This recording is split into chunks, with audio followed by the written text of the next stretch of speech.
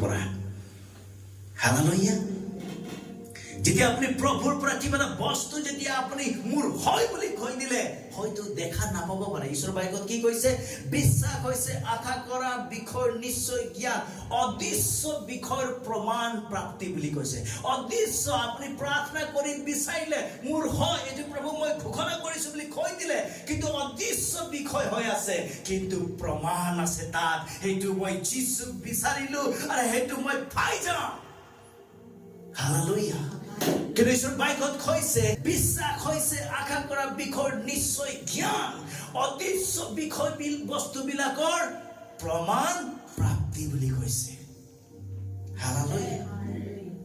কেনেকৈ এই বাক্যবিলাক আমি জাষ্ট ওপৰে ওপৰে পঢ়িব নালাগে তাক আমি গভীৰকৈ বুজি পেলাই এই বাক্যক আমি ঘোষণা কৰিব লাগে মোৰ প্ৰিয়সকল যেতিয়ালৈকে আমি বাক্যবিলাক ঘোষণা নকৰোঁ আমাৰ জীৱনত আমি কেতিয়াও আমাৰ জীৱনত আমি কেতিয়াও সলনি হোৱা দেখা নাপাওঁ